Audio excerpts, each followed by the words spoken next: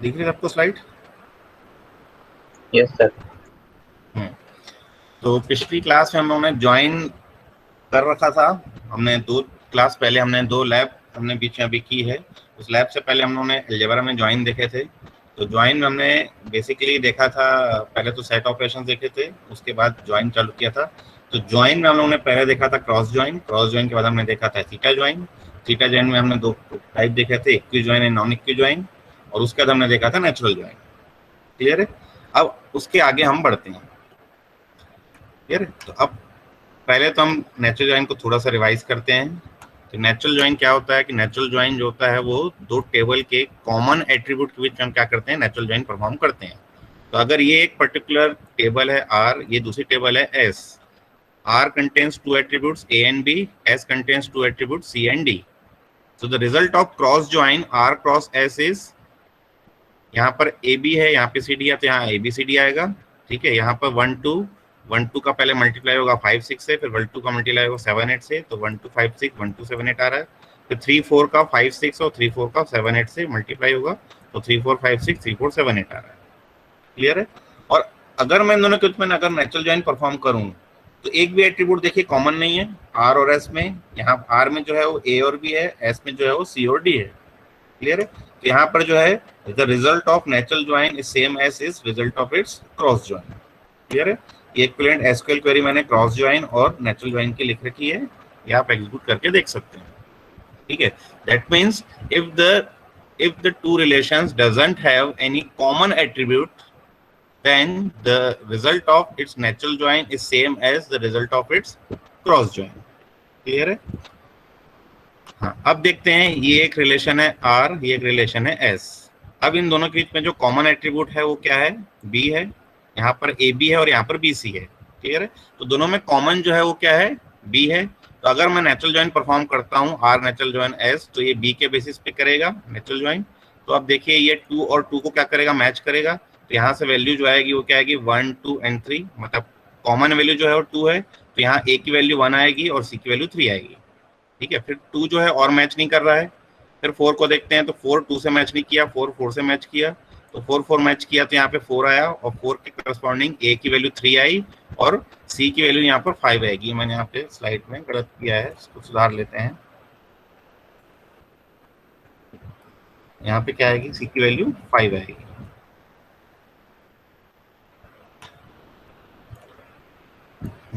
ये 2 और 2 मैच किया, तो यहाँ पे 2 आया, A की वैल्यू आएगी 1, C की वैल्यू आएगी 3, तो 1 और 3।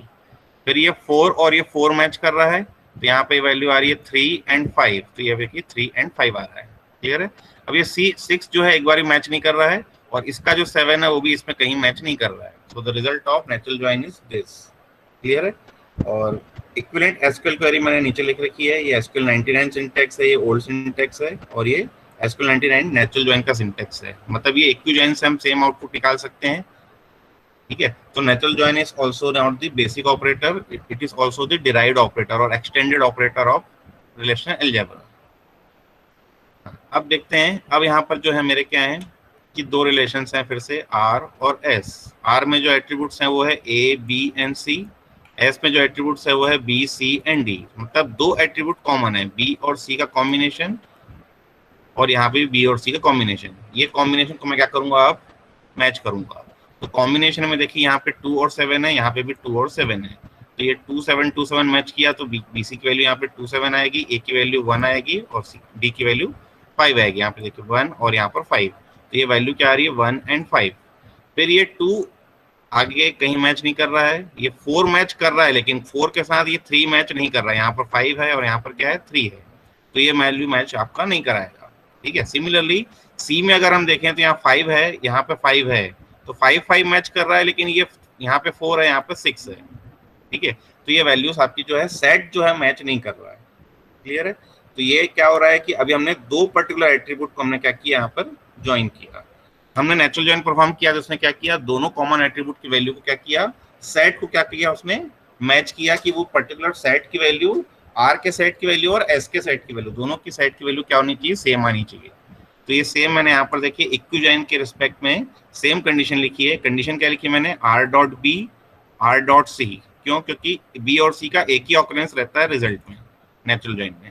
फिर आर से आ रहा है ए, तो यहाँ हमने ए लिखा है, और एस से आ रहा है डी, तो यहाँ पे हमने डी लिखा है।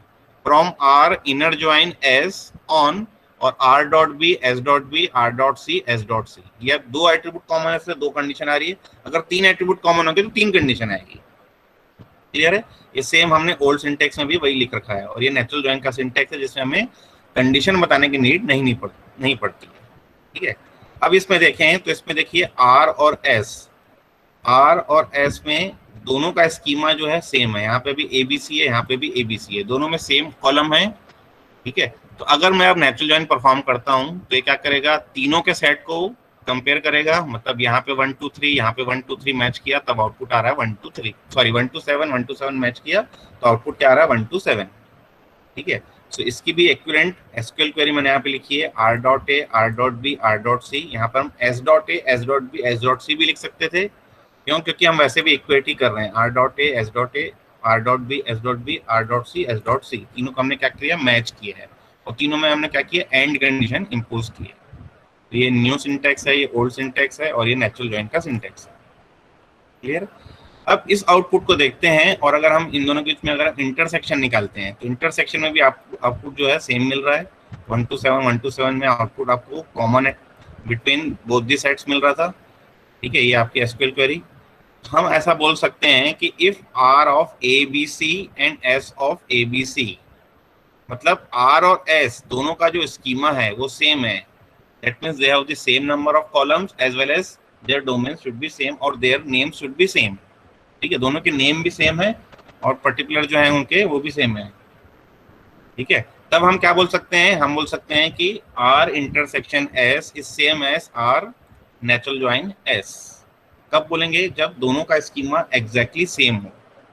क्लियर? अगर दोनों का स्कीमा सेम है तो मैं कॉमन वैल्यू निकालूं दोनों में, या फिर मैं दोनों को नेचुरल ज्वाइन परफॉर्म करूं, दोनों वैल्यू सेम है। क्लियर? तो यहां तक था हमारा नेचुरल ज्वाइन। अब हम स्टार्ट करते हैं आउटर ज्वाइन। तो आउटर ज्वाइंस हम क्यों यूज करते हैं? अभी तक हम लोग परफॉर्म कर रहे थे नेचुरल ज्वाइन, या फिर हम लोग परफॉर्म कर रहे थे इनर ज्वाइन। तो इनर ज्वाइन और नेचुरल ज्वाइन में क्या हो रहा था, जो वैल्यूज मैच कर रही थी वही वैल्यूज हमको यहाँ पे डिस्प्ले हो रही थी। देखिए यहाँ पे देखिए, ये जो हमने यहाँ पे नेचुरल ज्वाइन परफॉर्म किया है, तो 1 2 7 और 1 2 7 यहाँ पे क्या कर रहा है, मैच कर रहा है, तब यहाँ पे आउटपुट आ रहा है आपका। ठीक है, अब आउटर ज्वाइन में मेरे पास क्या है, एक ऑप्शन है। ऑप्शन क्या है कि मैं किसी एक टेबल को कंप्लीटली डिस्प्ले कर सकता हूँ, या दोनों टेबल को मैं कंप्लीटली डिस्प्ले कर सकता हूँ। जो मैच कर रहा है वो भी डिस्प्ले करना चाहिए, जो मैच नहीं कर रहा है वो भी डिस्प्ले होना चाहिए। क्लियर है? तो तीन टाइप के होते हैं, पहला होता है लेफ्ट आउटर ज्वाइन, दूसरा होता है राइट आउटर ज्वाइन, तीसरा होता है फुल आउटर ज्वाइन। ठीक है, ये सिंटेक्स जो मैंने यहाँ पे लिखवाए हैं आपको ये, ठीक है, ये सिंटेक्स मेरे को यहाँ पर पावर पॉइंट में नहीं मिल रहा है। एक्चुअली ये सिंटेक्स ऐसा है, आर, फिर ये आपने ज्वाइन परफॉर्म किया तो ये ज्वाइन का सिंटेक्स है, एस। अब आपको लेफ्ट आउटर ज्वाइन करना है तो इसको आपको क्या करना है, इस तरह डिफाइन करना है। तो this is the left outer join. ठीक है, ये मेरे पास पीपीटी में नहीं था तो मैंने ऐसा आपको शो किया है। सिमिलरली अगर आपको राइट आउटर ज्वाइन करना है तो आपको लिखना है आर, फिर आपको ज्वाइन का निशान लगाना है, और फिर राइट साइड में इसको क्या करना है, लिखना है, तब ये हो जाएगा आपका राइट आउटर ज्वाइन। सिमिलरली अगर मुझे फुल आउटर ज्वाइन परफॉर्म करना है तो मुझे क्या करना पड़ेगा, आर, फिर ये हो गया हमारा ज्वाइनिंग क्राइटेरिया, और इस ज्वाइनिंग क्राइटेरिया में हम क्या कर रहे हैं, दोनों साइड हम क्या कर रहे हैं, लिख रहे हैं, और ये हो जाएगा हमारा एस। मतलब first relation full outer join, second relation. Clear है? अब लेफ्ट आउटर ज्वाइन जो होता है वो क्या होता है, natural join plus rows left in the left table. मतलब लेफ्ट टेबल को मैं कंप्लीटली डिस्प्ले करना चाहता हूं तो मैं लेफ्ट आउटर ज्वाइन यूज करूंगा, राइट टेबल कंप्लीटली डिस्प्ले करना है तो मैं राइट आउटर ज्वाइन परफॉर्म करूंगा। That means right outer join is equal to natural join plus rows left in the right table. And full outer join means मुझे दोनों table completely display करनी है, जो मैच कर रहा है पहले वो डिस्प्ले करो, फिर लेफ्ट टेबल की रोज जो बची हैं उसको डिस्प्ले करो, फिर राइट टेबल की जो रोज बची हैं उनको भी डिस्प्ले करो। क्लियर? अब इनको एग्जांपल्स में देखते हैं। पहला एग्जांपल देखते हैं, हमारे पास दो रिलेशन है R and S। R contains attributes A, B, S contains attribute B and C. The result of its natural join is this. दोनों के बीच में जो एक एट्रीब्यूट कॉमन है वो क्या है, B है। तो B के बेसिस पे ज्वाइन किया हमने, 2 2 मैच किया तो यहाँ पे 1 और 3 आएगा, तो देखिए 2 1 3 आ रहा है। फिर 4 4 मैच किया तो यहाँ पर, यहाँ से वैल्यू आएगी 3, यहाँ से वैल्यू आएगी 5, ये यहाँ पे अभी भी गड़बड़ है, यहाँ पे क्या करेंगे आप इसको 5 कर देंगे।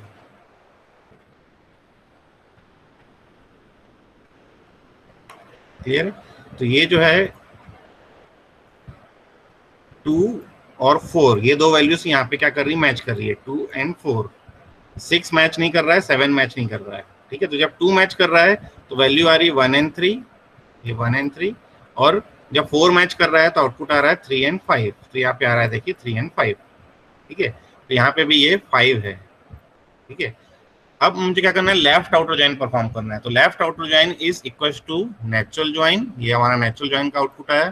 फिर पहले नेचुरल जॉइन का आउटपुट लिखेंगे हमने यहाँ पे, plus rows left in the left table. तो लेफ्ट टेबल में देखिए दो रोज जो थी 1 2 और 3 4 ये आ चुकी है यहाँ पे देखिए। ठीक है, 1 2 एंड 3 4 आ चुका है। अब जो बच्चा है वो क्या 5 6, तो यहाँ पे देखिए 5 एंड 6 को मैंने यहाँ पे लिखा है, और करस्पॉन्डिंगली यहाँ पे हम क्या लिख रहे हैं, हम यहाँ पे लिख रहे हैं नल वैल्यूज। मतलब राइट टेबल में अगर जो मैच नहीं कर रहा है वहां पे हम क्या कर रहे हैं, नल वैल्यूज इंसर्ट कर रहे हैं। क्लियर है? अब इसको अगर मुझे एसक्यूएल में परफॉर्म करना है तो मैं क्या लिखूंगा, select star from R left natural join S. ठीक है, ये हमारा हुआ लेफ्ट नेचुरल ज्वाइन, जो हमने सिंटेक्स अभी यहाँ पे लिख रहे हैं। ठीक है, ये हो गया हमारा एसक्यूएल 99 सिंटेक्स। और एसक्यूएल 99 में इनर ज्वाइन से अगर करता हूँ तो मुझे यहाँ पे आर डॉट बी करना पड़ेगा, क्योंकि जब भी इनर ज्वाइन करता हूँ तो बी के दोनों ऑकरेंस डिस्प्ले करता है, तो मुझे जो डिस्प्ले करना है उसको लिखना पड़ेगा आर डॉट बी या एस डॉट बी। क्लियर है? ये दोनों मैं यहाँ पे लिखा। अब थर्ड सिंटेक्स जो है ओल्ड सिंटेक्स, ये हमने कल लैब में नहीं किया था। ये है कि आप लिख रहे हैं select R dot B comma A comma C from R comma S, ये आपका क्रॉस जॉइन परफॉर्म हुआ, और फिर क्रॉस करके आप क्या कर रहे हैं, सिलेक्शन क्राइटेरिया दे रहे हैं। और सिलेक्शन क्राइटेरिया में आप क्या कर रहे हैं, आप लगा रहे हैं यहाँ पर प्लस, आपने प्लस लगाया राइट साइड में। ठीक है, तब ये परफॉर्म करेगा, ये परफॉर्म करेगा आपका लेफ्ट आउटर ज्वाइन। क्लियर? आपने प्लस जो है राइट साइड में लगाया, मतलब वो लेफ्ट आउटर ज्वाइन परफॉर्म करेगा। अब ये प्लस इंडिकेट क्या करता है, प्लस ये इंडिकेट करता है कि मुझे राइट साइड में नल वैल्यूज इंसर्ट करनी है अगर कोई वैल्यू मैच नहीं कर रही है। मतलब लेफ्ट टेबल कंप्लीटली डिस्प्ले करना है, राइट टेबल जो मैच कर रही है वैल्यूज, वो मैचिंग वैल्यूज तो आपको यहाँ पे डिस्प्ले करनी है 3 एंड 5। जो मैच नहीं कर रहा है उसमें क्या करना है, मुझे यहाँ पे नल इंसर्ट करना है या नल डिस्प्ले करना है। तो ये प्लस इंडिकेट करता है कि मुझे नल इंसर्ट करना है। कहाँ इंसर्ट करना है, राइट साइड में। सिमिलरली अगर मैं राइट आउटर ज्वाइन परफॉर्म करूं तो पहले तो इसको सुधारेंगे, ये 5 है, ये भी आपका 5 है।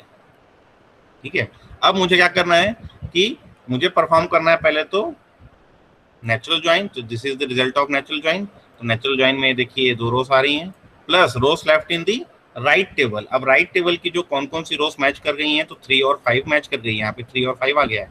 8 जो है वो मैच नहीं किया है, तो यहाँ पे हम लिख रहे हैं 8, और इससे करस्पॉन्डिंग जो बी की वैल्यू थी वो थी हमारी 7। तो ए में हम क्या कर रहे हैं, हम ए में डिस्प्ले कर रहे हैं नल। ठीक है, ए में मतलब हमने लेफ्ट टेबल की एट्रीब्यूट को हमने क्या किया, यहाँ पे नल डिस्प्ले किया है। तो अब यहाँ पे देखिए मैंने यहाँ पे क्या किया, लेफ्ट साइड में क्या लिखा है, मैंने लिखा है प्लस। पहले तो हमने जो न्यू सिंटेक्सेस है उसमें हम लिख रहे हैं राइट नेचुरल ज्वाइन एस, या यहाँ पे सुधार लेंगे, ये भी गड़बड़ है, यह भी आपका जो है राइट आउटर ज्वाइन आएगा या राइट ज्वाइन आएगा। क्लियर है? ये मैंने यहाँ पे कॉपी पेस्ट किया है तो लेफ्ट हो गया है, ये right outer left outer join है या राइट ज्वाइन आप लिख सकते हैं। और यहाँ पे आप क्या करेंगे, प्लस को आप लगाएंगे राइट साइड से हटा के लेफ्ट साइड में। अगर आपने लेफ्ट साइड में लगाया है plus, that means this is right outer join. Clear है? अब हम लगाते हैं full outer join.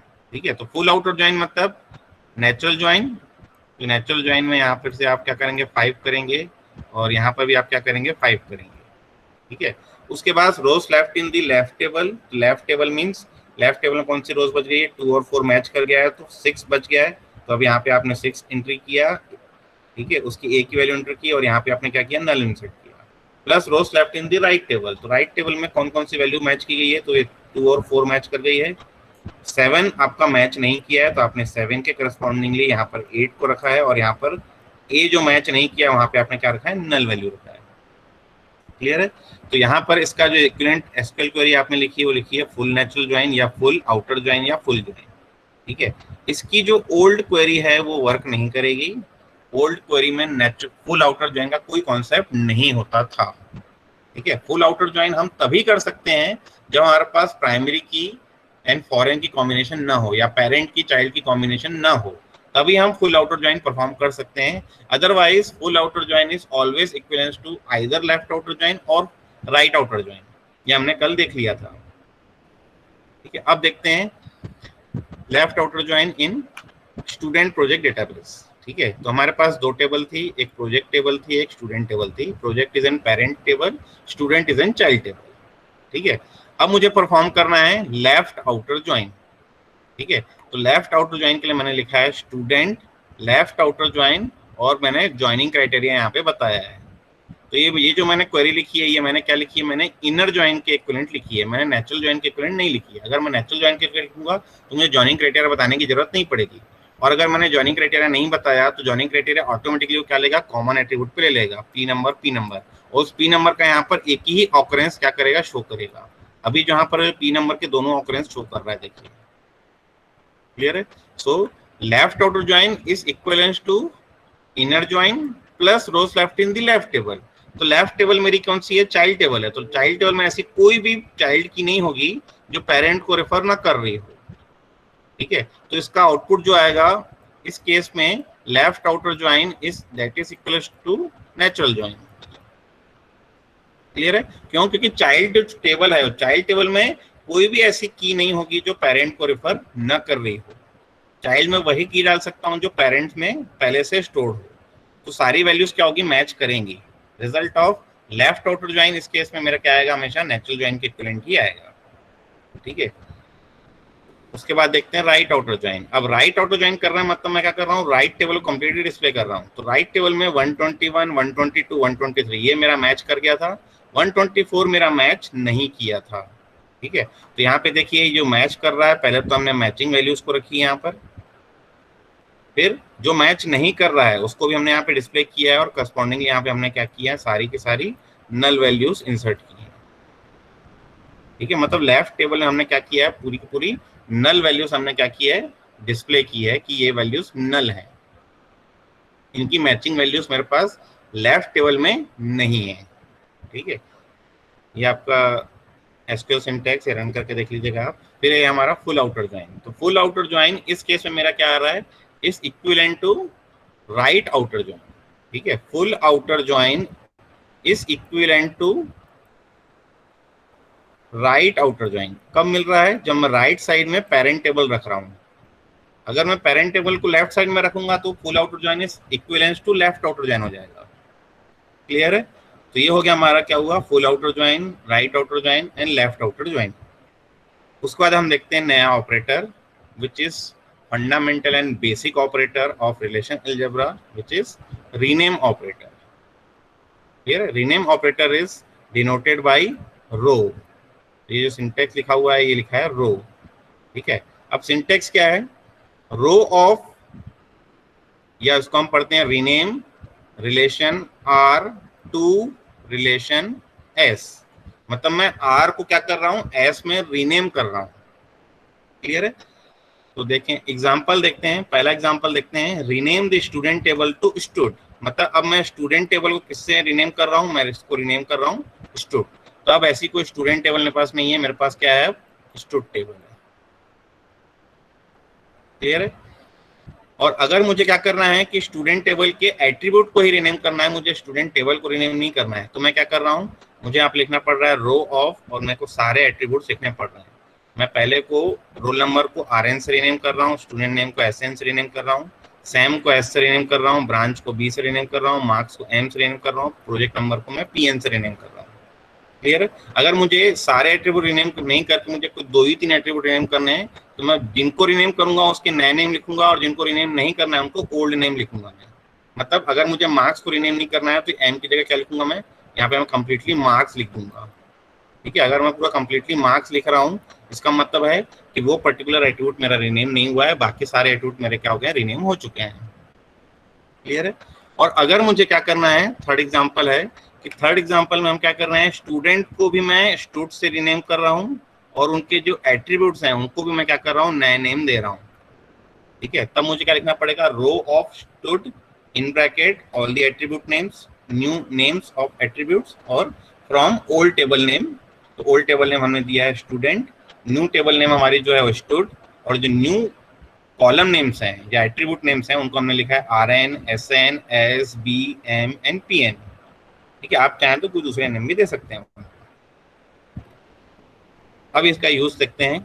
Next join जो हमारा है वो है सेल्फ ज्वाइन। ठीक है, अब सेल्फ ज्वाइन क्या होता है? Self join means table joining itself is known as self join. मतलब मुझे क्या करना है, अपनी टेबल को अपनी टेबल से ही क्या करना है, मुझे ज्वाइन परफॉर्म करना है। ठीक है, अब वो ज्वाइन मेरा हो सकता है इनर ज्वाइन हो सकता है मेरा आउटर ज्वाइन। आउटर ज्वाइन भी हम परफॉर्म कर सकते हैं सेल्फ ज्वाइन में। क्लियर है?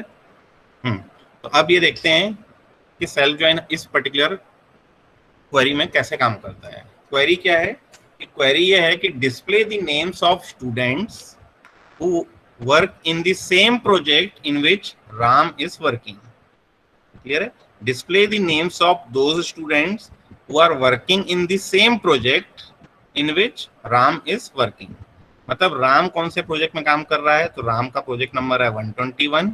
अब इस 121 में और कौन काम कर रहा है? गोपाल। तो आपको आउटपुट आना चाहिए गोपाल। अब इसको जनरेट कैसे करेंगे? अगर मैं इस पर्टिकुलर क्वेरी को एसक्यूएल में लिखना चाहूँ तो मेरे पास बहुत आसान ऑप्शन है कि मैं क्या लिखूँ, select S name from student where P number in, और फिर मैं एक सब क्वेरी लगा दूँ select P number from student where S name is equal to Ram. तो पहले क्या होगी, इनर क्वेरी एग्जीक्यूट होगी। इनर क्वेरी में राम का प्रोजेक्ट नंबर मिल जाएगा मुझे 121। ठीक है, अब इस 121 में जो जो स्टूडेंट वर्क कर रहे हैं वो सबके क्या होंगे, नेम डिस्प्ले हो जाएगा। तो 121 में 121 दो रो मिल रही है, तो राम और गोपाल दोनों में जो यहाँ पे क्या आपको आउटपुट मिल जाएगा। ठीक है, बट ये क्वेरी मैं अलजेब्रा में नहीं लिख सकता। That means sub queries are not in relational algebra. Relational algebra में जो भी मुझे परफॉर्म करना है, मुझे क्या करना पड़ेगा, मुझे यही ऑपरेटर्स जो मैंने पढ़े हैं अभी तक, sigma, pi, cross product, natural join, outer joins, इन्हीं से मुझे क्या करना पड़ेगा। ठीक है, तो अब देखते हैं इसका यूज कि हमने इसमें कैसे किया। हमने क्या किया, हमने लिखा rho of S1 student cross rho of S2 student. मतलब एक स्टूडेंट को मैंने S2 बनाया, एक स्टूडेंट को मैंने S1 बनाया। तो देखिए ये मैंने S1 लिखा है, ये मेरा S2 लिखा है, आइडेंटिकल टेबल है, दोनों एक ही टेबल है। एक को मैंने S1 एज्यूम कर रहा हूँ, एक को मैं S2 एज्यूम कर रहा हूँ। क्लियर है? अब मैं क्या लिख रहा हूँ, S1 का जो P नंबर, मतलब मैं इनको पहले तो क्रॉस ज्वाइन परफॉर्म कर रहा हूँ। दैट मीन्स इसमें 6 रोज हैं, इसमें 6 रोज हैं, तो रिजल्ट विल कंटेन 36 रोज। इसका जो आउटपुट आएगा वो क्या आएगा, इसका आउटपुट आएगा 36 रोज। ठीक है, अब ये 36 रोज कैसे आएंगी, ये 121 से मल्टीप्लाई होगा, फिर ये 121 122 से मल्टीप्लाई होगा, मतलब ये इससे मल्टीप्लाई होगा, फिर ये इससे मल्टीप्लाई होगा, फिर ये इससे मल्टीप्लाई होगा, फिर इस 121 से, फिर इस 122 से, और आखिरी में इस 123 से।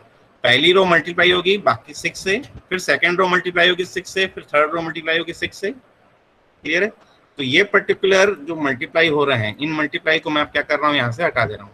ठीक है, अब इनको मैं क्या कर रहा हूँ, ये जो मल्टीप्लाई हो रही है 36 रोज, इन 36 रोज से मैं क्या कर रहा हूँ, मैं ऐसी रो निकाल रहा हूँ जिसमें S1 का जो P नंबर है और S2 का जो P नंबर है वो सेम मिलना चाहिए। तो S1 का P नंबर यहाँ देखिए 121 है, S2 का 121 एक यहाँ मिला, एक यहाँ मिला, तो दो रो मिल गई।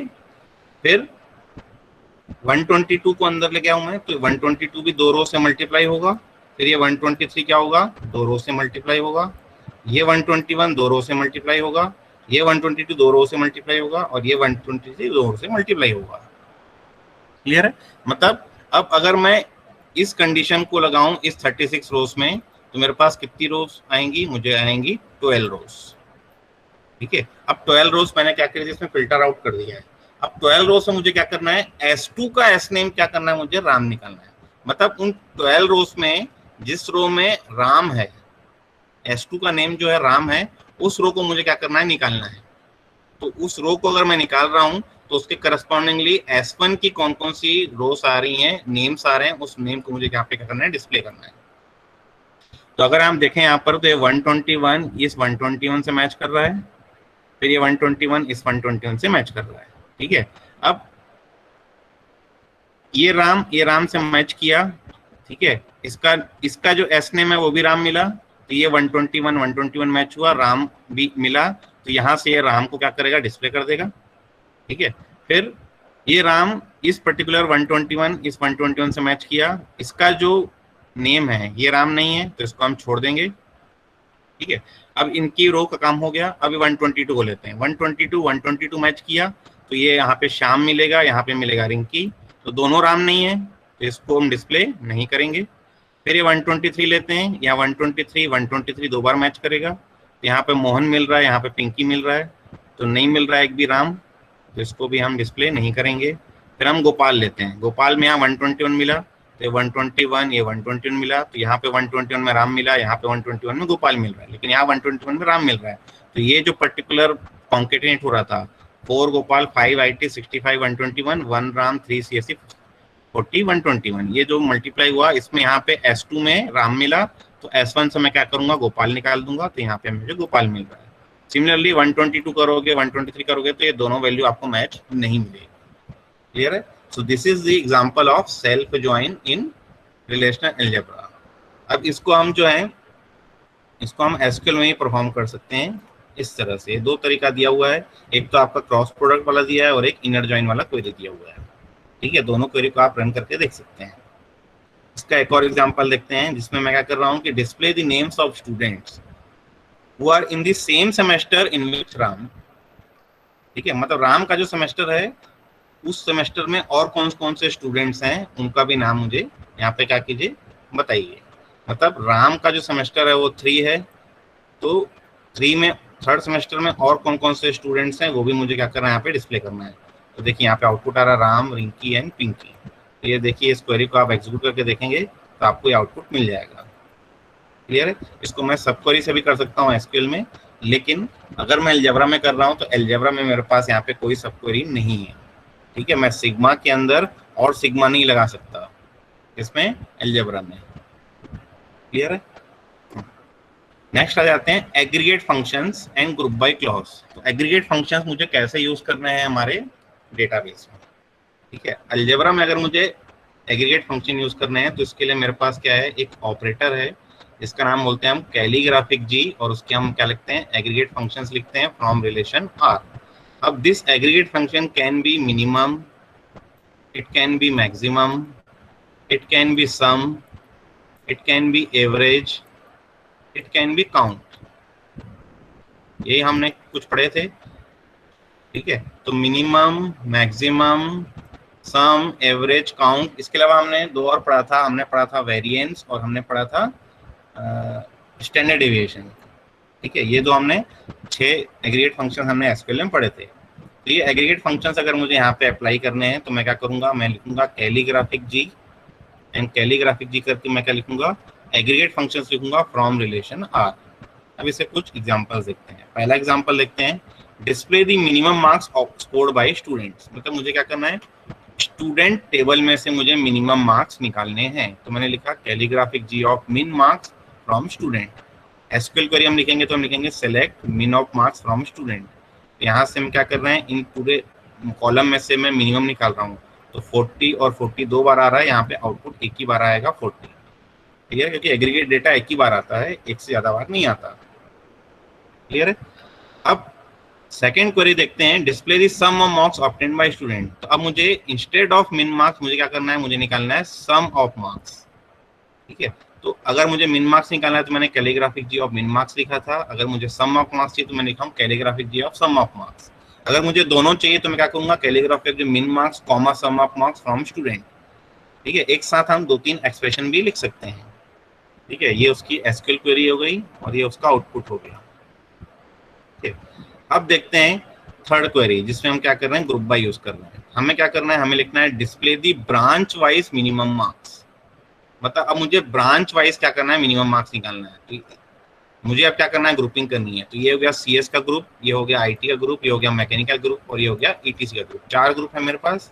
तो मैंने क्वेरी लिखी है ब्रांच कैलीग्राफिक जी मिन ऑफ मार्क्स फ्रॉम स्टूडेंट, ठीक है। तो जिससे भी मुझे ग्रुपिंग करनी है वो कॉलम मेरा पहले आया, उसके बाद जिस एट्रीब्यूट मतलब जो एग्रीगेट डेटा मुझे निकालना है उसको मैंने कैलीग्राफिक जी में लिखा, और जिस टेबल से निकालना है उसको मैंने यहाँ पे लिखा है, जिस रिलेशन से निकालना है उस रिलेशन को मैंने क्या लिखा है, ब्रैकेट में लिखा है।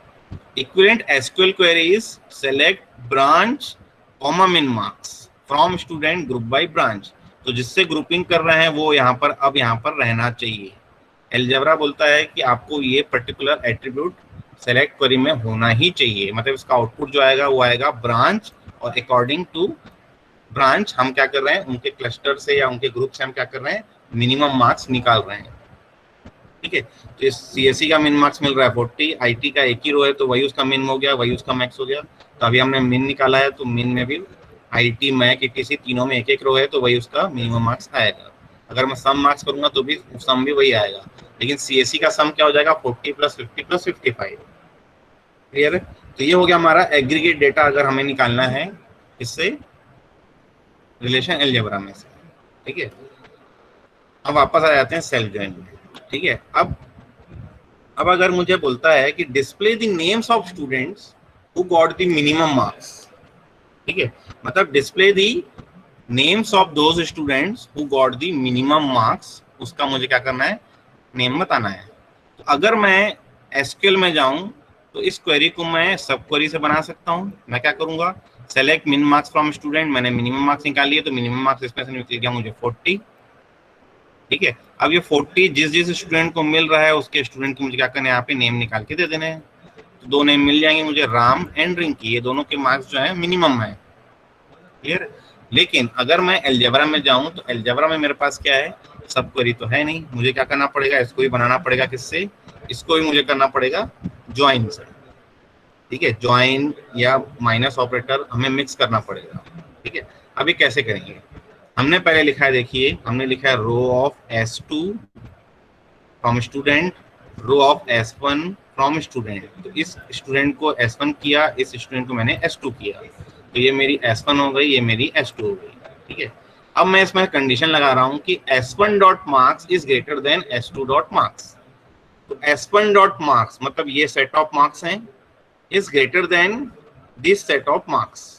ठीक है, तो अब इसको चेक करते हैं। 40 is greater than 40, false. 40 is greater than 50, false. 40 is greater than 55, false. 40 is greater than 65, false. 40 is greater than 40, false. 40 is greater than 90, false. सारी false वैल्यू आई, तो इस पर्टिकुलर वैल्यू को मैं क्या करूंगा, डिस्प्ले नहीं करूंगा किसमें, इस पर्टिकुलर स्टूडेंट ने, मतलब ये राम क्या होगा, इसमें नहीं आएगा। अब सेकंड लेते हैं श्याम, श्याम का मार्क्स क्या है 50। ठीक है, तो इस 50 को देखते हैं, 50 is greater than 40, condition is true. 50 is greater than 50, condition is false. 50 is greater than 55, false. 65 false. 40 true and 90 false. तो दो में मुझे ट्रू मिला, दो में मुझे ट्रू मिला, तो मुझे क्या करना है, इन दोनों ट्रू में मुझे निकालना है, S2 का नेम नहीं निकालना है, मुझे S1 का नेम निकालना है। मतलब अब उसमें आउटपुट में क्या आएगा, श्याम मेरा आउटपुट में आ जाएगा। ठीक है, अब देखते हैं थर्ड वैल्यू। थर्ड वैल्यू जो है मेरी वो है 55। 55 is greater than 40, false. 55 is greater than 50, false. 55 is greater than 55, false. 55 is greater than 65, false. 55 is greater than 40, true. तो दो जगह ट्रू मिला, एक यहाँ पे मिला और एक यहाँ पे मिला, दो जगह ट्रू मिला, तो मुझे ये भी वैल्यू, मोहन वैल्यू भी जो है डिस्प्ले कर देनी है। एक भी अगर मुझे मिल जाता है तो डिस्प्ले कर देना है। थर्ड भी नेक्स्ट देखते हैं, 65 भी 40 से ग्रेटर है, ये भी मेरा डिस्प्ले हो जाएगा। ठीक है, मतलब गोपाल भी डिस्प्ले हो जाएगा। 40 लेता हूं तो 40 जो है 40, 50, 55, 65, 40, 90 किसी से भी ग्रेटर नहीं है, ये मेरा डिस्प्ले नहीं होगा। फिर पिंकी के देखते हैं, पिंकी का मार्क्स जो है वो 90 है, तो 90 इज ग्रेटर देन 40, ट्रू मिल गया, एक ही में ट्रू मिल गया, तो ये भी डिस्प्ले हो जाएगा। तो अब इसमें ऐसे नेम्स मिल रहे हैं जिनके मार्क्स मिनिमम नहीं है। ठीक है, ये जो क्वेरी है, इतनी क्वेरी इसका अगर मैं आउटपुट जनरेट करना चाहूँ तो इस क्वेरी का आउटपुट क्या आ रहा है कि ऐसे स्टूडेंट्स के नेम बताओ जिनके मार्क्स मिनिमम नहीं है। तो अब मुझे क्या निकालना है, मुझे मिनिमम निकालना है। तो मैं क्या कर रहा हूँ, सारे के सारे स्टूडेंट नेम्स में से उन नेम्स को मैं माइनस कर रहा हूँ। तो सारे नेम्स कौन कौन से मेरे, सारे नेम्स है मेरे राम, श्याम, मोहन, गोपाल, रिंकी, पिंकी। उसमें से मैं श्याम, मोहन, गोपाल और पिंकी माइनस कर दे रहा हूँ, तो आउटपुट जो आएगा, आउटपुट आएगा राम एंड रिंकी। तो यही आउटपुट आपको मिल रहा है, राम एंड रिंकी। क्लियर है? तो this is another example of self join. ठीक है, अब अगर ये जो क्वेरी लिखी थी मैंने, कौन सी क्वेरी लिखी थी, ये क्वेरी लिखी थी मैंने कि display the minimum marks scored by student. ठीक है, ये क्वेरी मैं सेल्फ ज्वाइन से भी निकाल सकता हूँ। मुझे क्या करना है, मुझे यहाँ पे नेम की जगह क्या करना है, मुझे उसके मार्क्स लिखने हैं। तो इंस्टेड ऑफ श्याम, मोहन, गोपाल, पिंकी, मैं क्या करूंगा 50, 55, 65, 90 डिस्प्ले करूंगा यहाँ पर। यहाँ पे आउटपुट जो आएगा वो आएगा 50, 55, 65 एंड 90। इसको मैं क्या करूंगा, सारे के सारे मार्क्स में से माइनस कर दूंगा। तो सारे के सारे मार्क्स क्या है 40, 50, 55, 65, 40, 90। इनमें से मैं इन चारों को माइनस कर दिया तो बच्चे की ये दो वैल्यू, तो वैल्यू मिल गई, मतलब मेरी मिल गई है 40। और मेरे यहाँ पाई लगा हुआ है, पाई लगा हुआ है और माइनस भी लगा हुआ है, तो ये डिस्टिंक्ट वैल्यू ही दिखाएगा। तो डिस्टिंक्ट वैल्यू में आउटपुट क्या मिलेगा आपको 40। क्लियर है? तो ये पर्टिकुलर जो एग्रीगेट फंक्शंस जो यूज कर रहा हूँ ये भी मैं क्या कर सकता हूँ यहाँ से निकाल सकता हूँ, किससे, सेल जॉइन से। क्लियर है? तो अब यहाँ तक किसी को कोई डाउट है तो पूछ सकते हैं।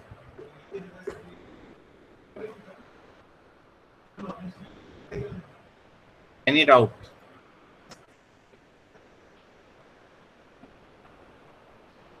No sir. No sir.